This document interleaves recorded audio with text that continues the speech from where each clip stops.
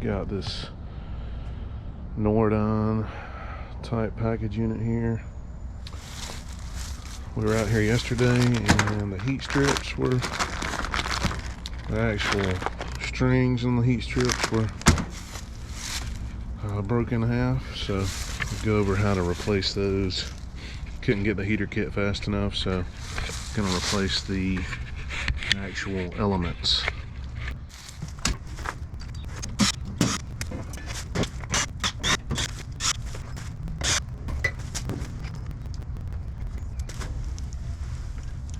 We'll make sure that the power is off.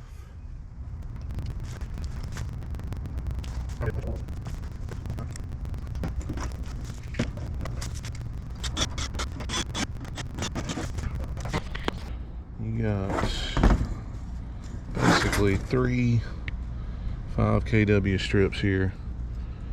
This one was broken, this one was broken, and then this one's still intact, but you can see here where the male terminal broke off, and then each one of these has gotten hot, and we couldn't get a heater kit. It was going to take a few days, and it's in the lows in the 20s here at night. So these heater strings have like a bolt that sticks out, so we can't use these female spades anyway, so we're going to put some little eyelets on the end of those so we can use these heat strips. I've actually never had to do a restring, so hopefully this goes well.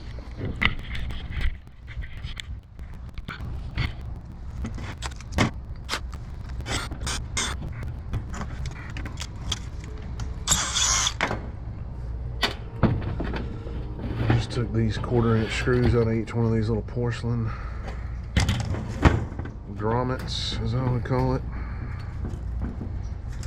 And yep, these things are rusted in there fairly well. So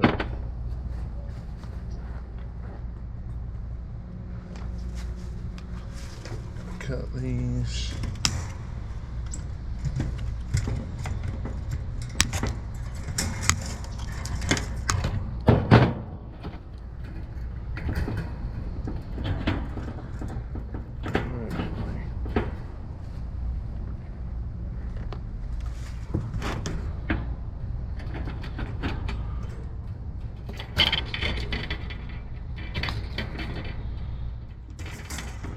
So you got, looks like 2 little pieces in each one of these porcelain holders. Squeezing that together, pulling it out.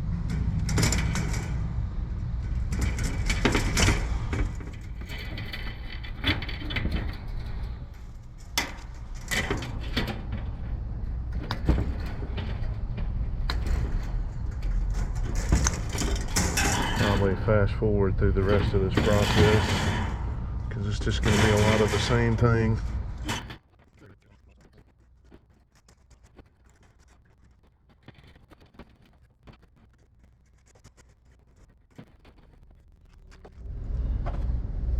Alright, so I encourage you to read the directions for whatever heater kit you're using, and it shows you right here how this should go through this wall here. Also how to stretch the element. So you want to know what your total length is before you get started and try to stretch it to that length. So you're not trying to stretch it as you lace it through here, but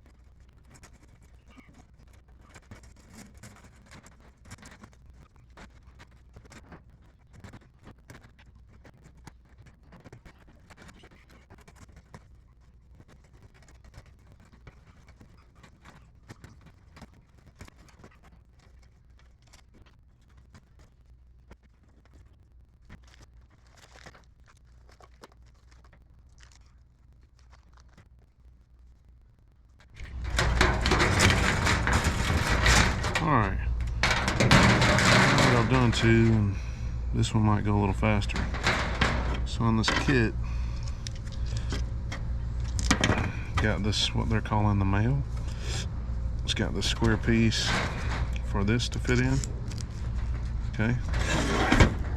It's gonna go through here.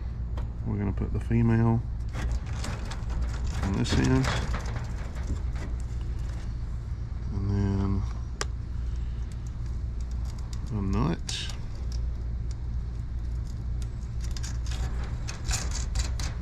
Okay. I'm just going to get these finger tight for now, and I'll tighten them down later. And then, this has been fun. You got to push 2 coils in between each one of these little porcelain clamps.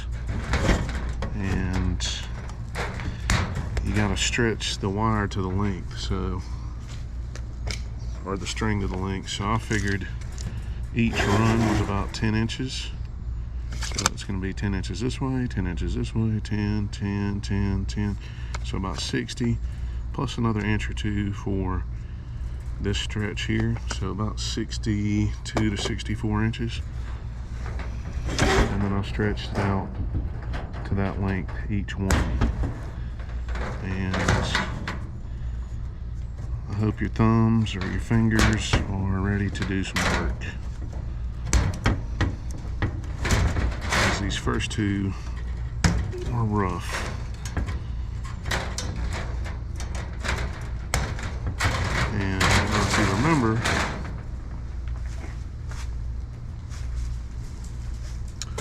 but this old heater kit was certainly a lot easier to string because the coils were a lot wider, or the diameter of the string.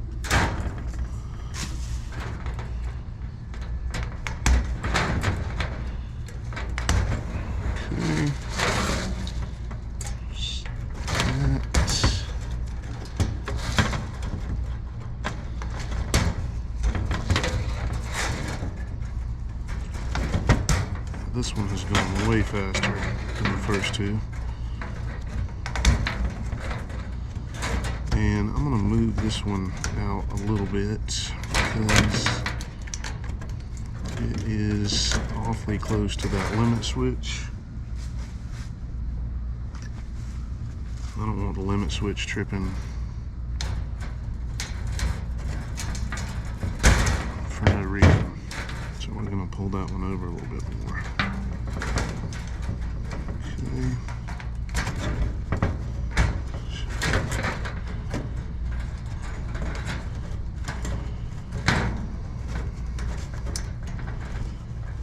And for those of you that don't know, this on your heat pumps is what you're going to call your auxiliary heat, also your emergency heat. This is what comes on. It's just a giant toaster oven.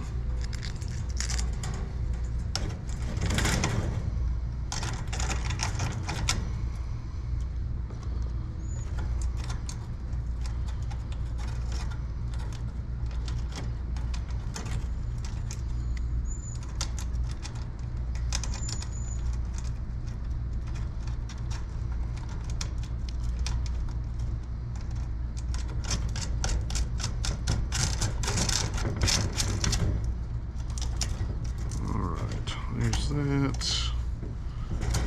We've got a whole lot of slack.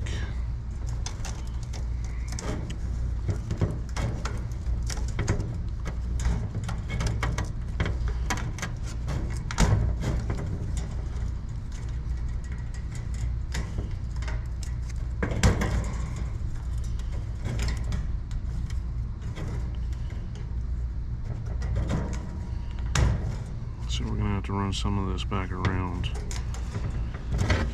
This is too much.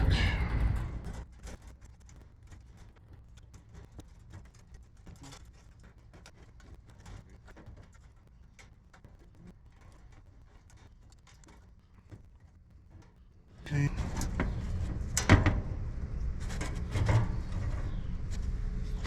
Okay.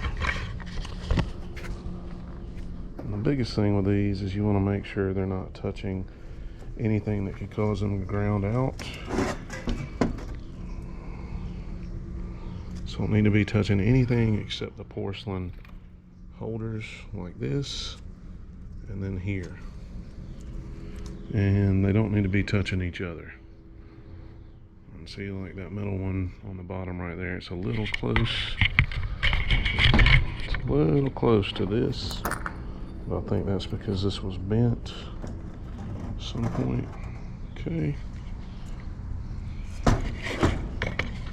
Right. Push those in a little bit. Okay. Now you can see what this side looks like.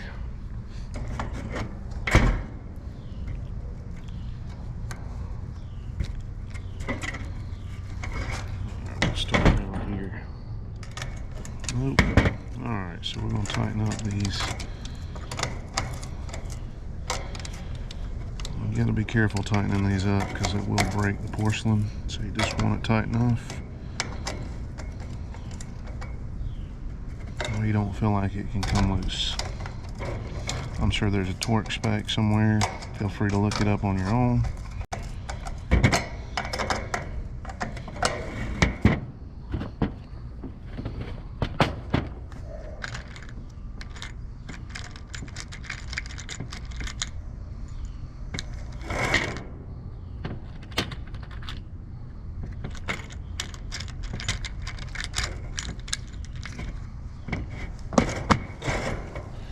Alright, so we obviously can't put this on here, and it is not okay to cut this and strip it and wrap it around there and tighten that down, even though people do that all the time.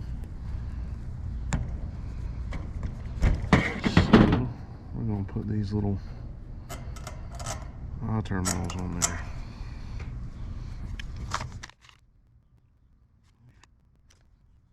Actually, I was kind of wondering why there weren't enough flat washers.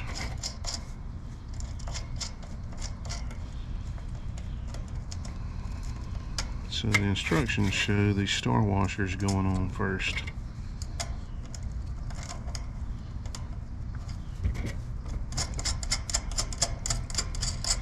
So we'll do those one at a time as we connect these wires.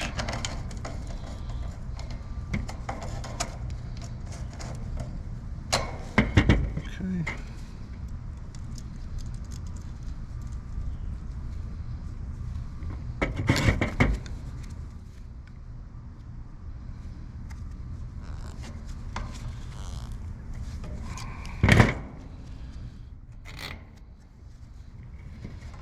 And it's showing a lock washer. And a nut.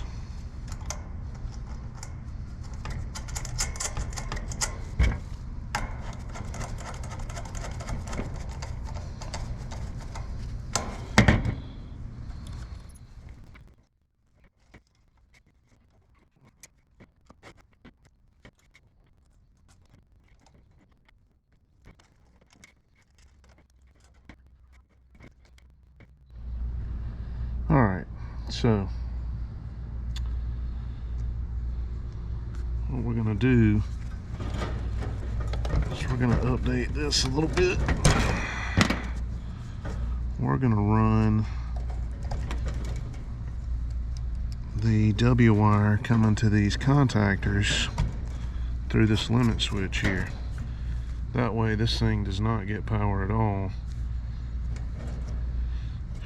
to anything unless this limit switch is open, or excuse me, closed. So we're going to run our common to here. That'll supply this side of this contactor and this side of this contactor. Then we'll run our W wire, or basically our W wire, to here, and then we'll put another jumper from here over to this side. So if this limit switch closes, it's going to shut this down. And then when we put it in, this limit switch will be on the back of the airflow side, which is where we want it, instead of up here. These heater kits come in sections, so I'm sure some people are going to be like, oh, you should have replaced this limit switch. It's a 5 kW and a 10 kW put together to make a 15. So we only need one limit. Sure, if you want to replace this, that's fine. You can have the double redundancy on it. But if this thing fails, it's going to shut all 15 kW down. Alright, and then whoever put these contactors in, because this is not original, only screwed this one in all the way.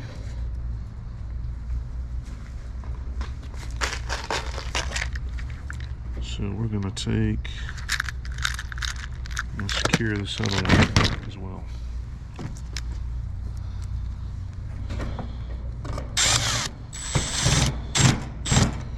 Okay. All right.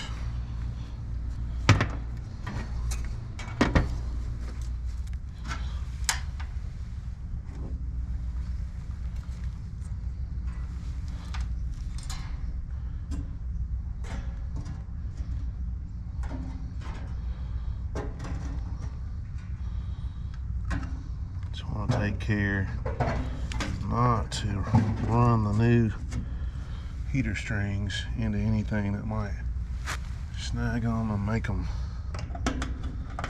you know, bend out of the pattern that you made for them.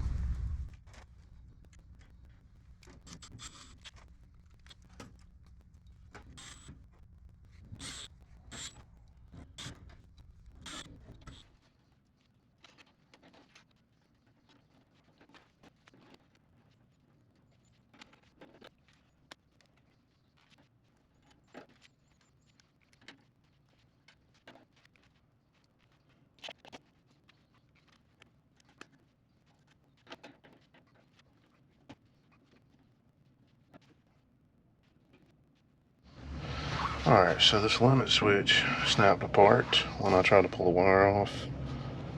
You can see here that it opens at 155, and we carry adjustables, and this one is set to 155. It'll do 135 all the way up to 175.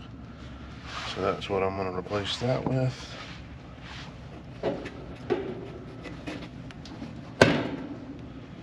That thing is just falling apart.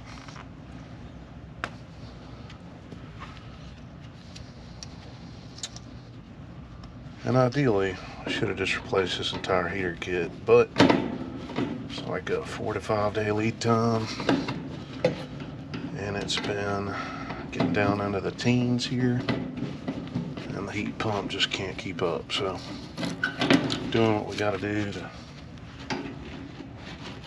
get the customer some heat.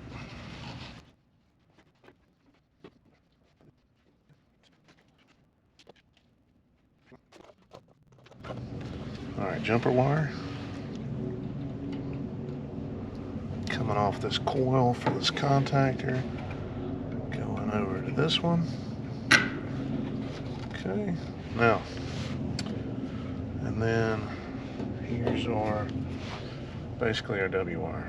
So we got 5 kW, 5 kW, 5 kW. We got this one leg here attached here. This wire was on this limit switch with this wire basically, and this is powering one leg of the fan. This is the common leg of the fan coming off of here. This is the wire it was with on this limit switch. We got the other leg of power coming in for the kWs here, going through the contactor down to the bottom of the heat strips. This is the common, basically coming from the thermostat. It's jumped to each side of the contactors. Okay, and then this is basically the W wire, 24 volts is energizing this, telling the heat strips to come on.